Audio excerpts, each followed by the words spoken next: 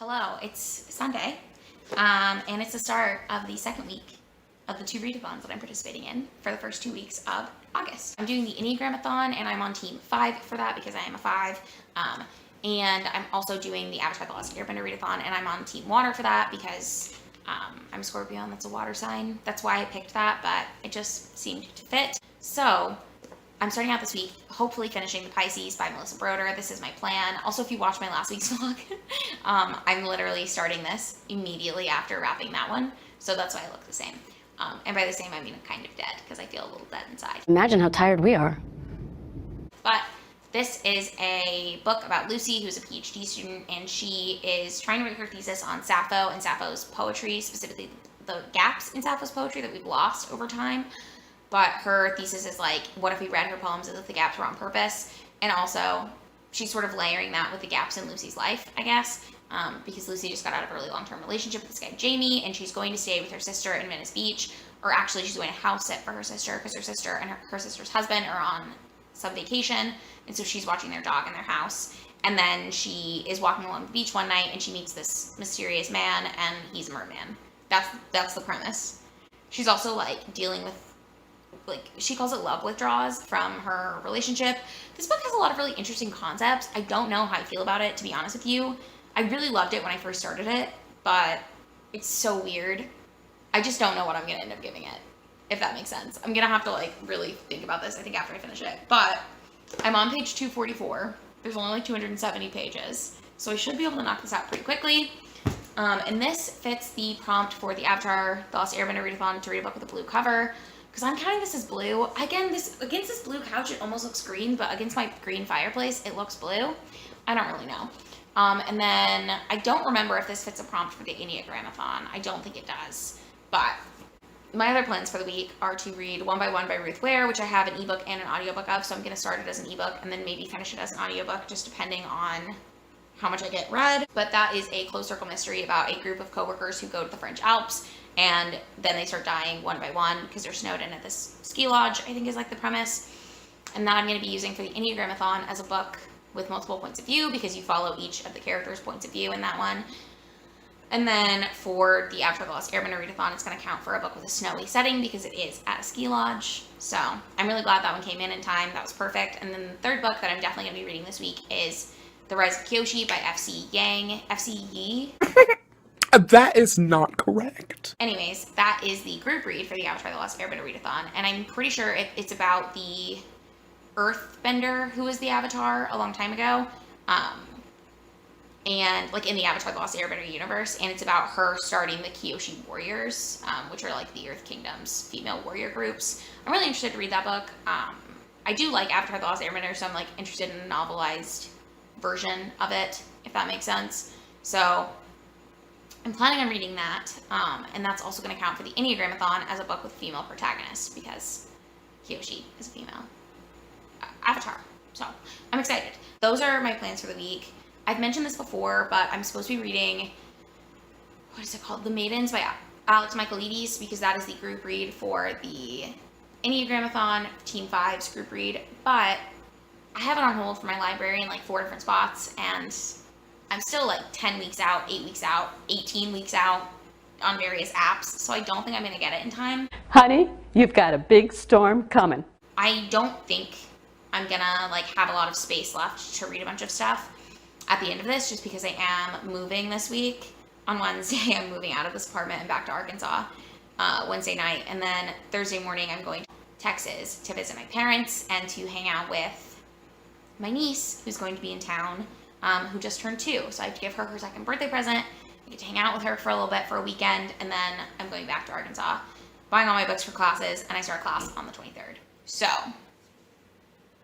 I don't have a lot of time, I guess, to like, I don't think I'm going to have a lot of spare time in this readathon, is what I'm saying. This intro has been way too long, so I'm just going to let you know when I finish the Pisces.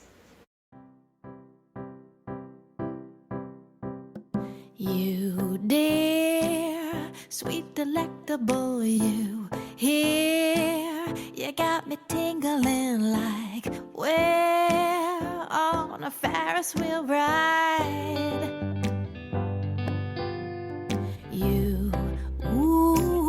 sweet, delectable you who came sweeping in just like... Hello, it's Monday. Here I am. Here we are. Yes, another week. I'm just coming in to let you know because I don't think I updated this yesterday when I actually finished it, but I have since finished The Pisces. It's right here, by Melissa Broder. I gave this 3 stars. I don't know really what my concrete thoughts are on it, but I just thought it was really weird, and parts of it didn't really like speak to me. I mentioned a little bit in my last vlog, or maybe this vlog, I don't remember, how I felt like it was kind of unrelatable at times, just because the main character does stuff, and I'm like, girl, what are you doing? I was rooting for you. We were all rooting for you. How dare you? I really liked the beginning of this book. I was very hooked from the get-go. I thought Lucy as a character was super interesting. I didn't really find her very relatable, but then again, and sometimes I did. I also really liked the way that this book dealt with the concept of the void and the concept of like gaps in our lives and how we try to fill them and tend to fill them with other things when maybe we would be better off just pretending like they were there on purpose.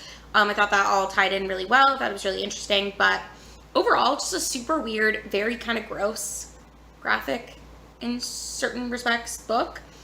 Super sad too. If you've read this, you know I cried. But yeah, I'm finished with this. I'm about a quarter of the way into, not even, I don't think, into One by One by Ruth Ware. I'm not really gripped by it yet, which is kind of surprising because I gave The Turn of the Key 5 stars. It's my favorite like mystery thriller I've ever read so far. Besides like The Girl with the Dragon Tattoo. That is probably still my favorite, but I read that a long, long time ago. But I've been trying to get more into mystery thrillers this year. I've been reading quite a lot of them. Most of them I give 3 or 4 stars. That just seems to be like where I fall. I enjoy them for the most part, but it takes a lot for one to like really make me love it, if that makes sense. And like to give me the 5-star feeling, I guess. So I'm enjoying that one-ish. It's pretty slow. I knew it was going to be slow. Mara from Books Like Whoa really liked it, and she said it's a very Agatha Christie-esque like mystery. Not really a thriller, just a mystery, if you think about it like that. So that's how I'm trying to keep like my brain in that space, but because of that, I don't know if that's what I like. So I haven't read a ton of mysteries that are more slow burn, but I am enjoying that one. I'm working through it. I'll let you know when I have more thoughts. I think I've already talked about it, but it's about a group of colleagues from this company called Snoop, which is like Spotify and Twitter had a baby, kind of. So you can listen to celebrities, the music that celebrities are listening to as they listen to it, or just anybody.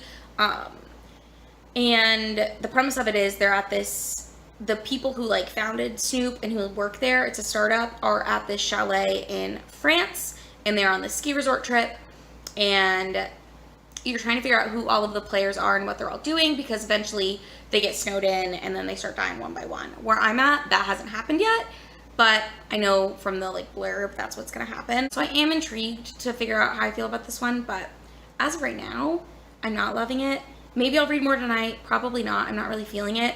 So I read a little bit on my lunch break. I'll probably read tomorrow on my lunch break. And then hopefully I'll be in the mood to read tomorrow after work. But like I mentioned, I've been kind of slumpy, so I'm trying not to force myself to read if I don't want to, because sometimes it helps my slump go away. But that's it. I will let you know when I have more updates.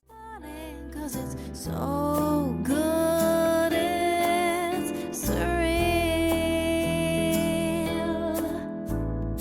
When first, sweet delectable, you burst into my life, I hit reverse, backing straight out the door.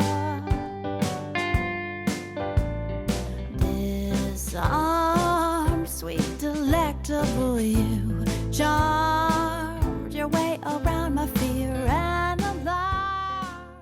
Hello, as you can see by all the stuff that's just like sitting out on the counters, I moved yesterday. So it's Thursday and I'm officially back in Arkansas full time for my last year of law school, and then we'll move back to Missouri at some point.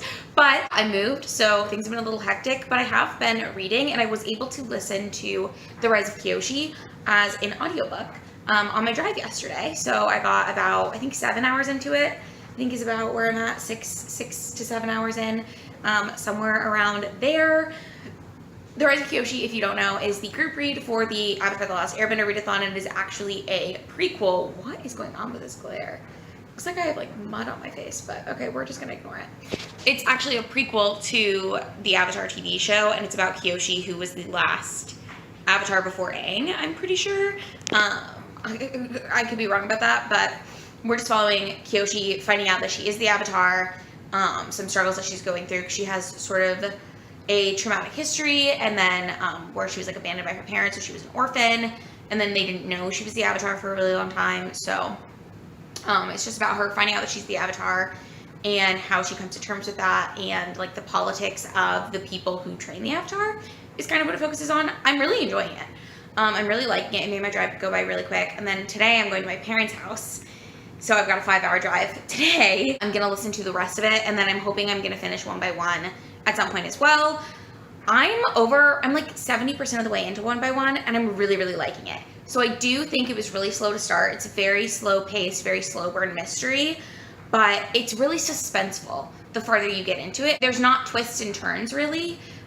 There's not really big reveals. There's not anything that's very like thriller-esque about it, because it is a mystery, but it's very suspenseful because the reader knows things through the perspectives that they're in, and they're waiting for those things to sort of become apparent, or trying to see what the characters will do in that situation. And I think I've already explained what One by One is about, so I'm not going to bore you with doing it again, but I'm really enjoying it a lot more than I was when I first started it. When I first started it, I was sort of like, take it or leave it, it's fine, until it got about a third of the way in.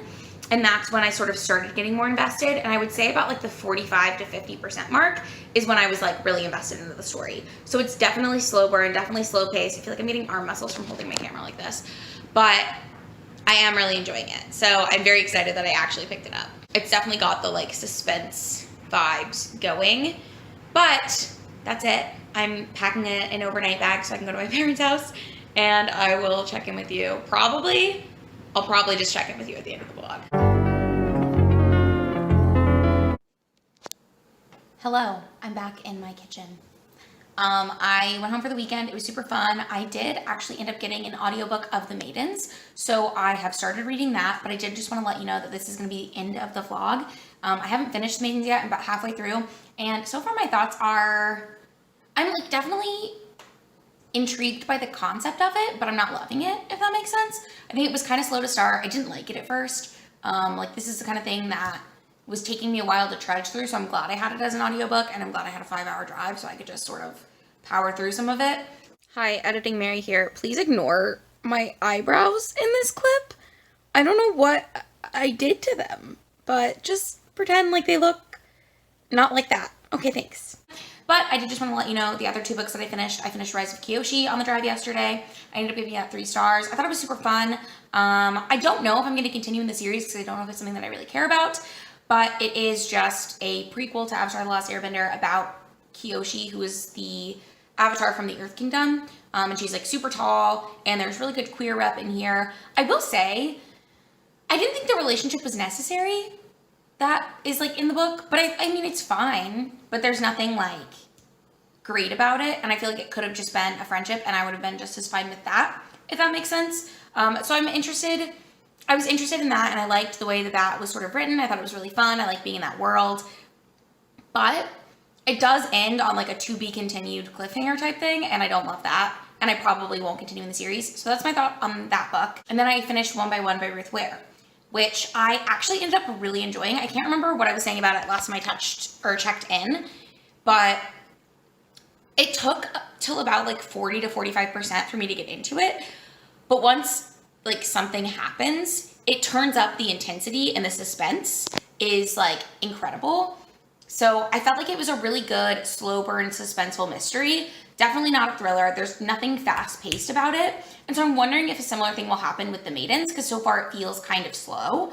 But also I think what my problem with The Maidens is that a lot of the book is focused on the main character whose husband died about a year ago. He drowned. And a lot of it is focused on her grief and her coming to terms with that grief. And I feel like she's not seeing things clearly because she's so like overwhelmed by the death of her husband that now this new death of this college student is just too much for her. And so I feel like it's almost about her journey with the grief, and she's like inserting herself into this investigation when she doesn't need to be inserted. She's like, doesn't have anything to do with her job or her life or anything. So that was a little weird. And I kind of thought going into this that she knew the professor who she thinks did it, but she doesn't know him. So I don't really understand her like vehemence that he's the guy who did it. But anyways, I guess I should also say, editing Mary here again, obviously. I did finish The Maidens, and I gave it 3 stars. So all in all, I called parts of what happened, and I felt like it was very obvious. There was one twist that I didn't catch or like call in advance, but I also didn't like it. So that's why. But yeah, so the general gist I knew from the get. So that's it for the Avatar the Last Airbender readathon and the Enneagramathon. I ended up completing, I think, all of the prompts for both. So let me pull those up and I will go through what the prompts were. Hang on one second. Okay, so for these readathons, last week I read Death in the Park by London Levitt, which fulfilled the mystery thriller prompt for the Enneagram readathon. And that also fulfilled the prompt to read a book that involves a sibling relationship for the Avatar the Last Airbender readathon. Then I read Descender Volume 1, 10 stars, which fit the prompt to have a book with a moon on the cover or in the title for the Avatar the Last Airbender readathon. And then I also read The Pisces by Melissa Broder, which fit the prompt, a book with a blue cover. And then for this week, I read Rise of Kyoshi by F.C. Yee, which fit the prompt of a female protagonist for the Enneagram readathon, because Kyoshi is a female and she's a protagonist. And also, it was the group read for the Avatar the Last Airbender readathon, which is why I read it. And then I read One by One by Ruth Ware, which fits the snowy or polar setting for the Avatar the Last Airbender readathon, and it also fits the multiple points of view for the Enneagram readathon. And the last thing that I read, or that I'm currently reading, is The Maidens by Alex Michaelides, which is the group read for the Enneagram readathon. So I read everything that was on my TBR, or at least I've started everything that's on my TBR, and I'm really excited about that. So let me know in the comments down below if you participated in either of these readathons, how you did, what you read for them, and if you would like to, you can go ahead and subscribe to my channel because I do post 2 videos every single week. Don't forget to like this one if you liked it, and I'll see you in my next one. Bye! I should've told you that I love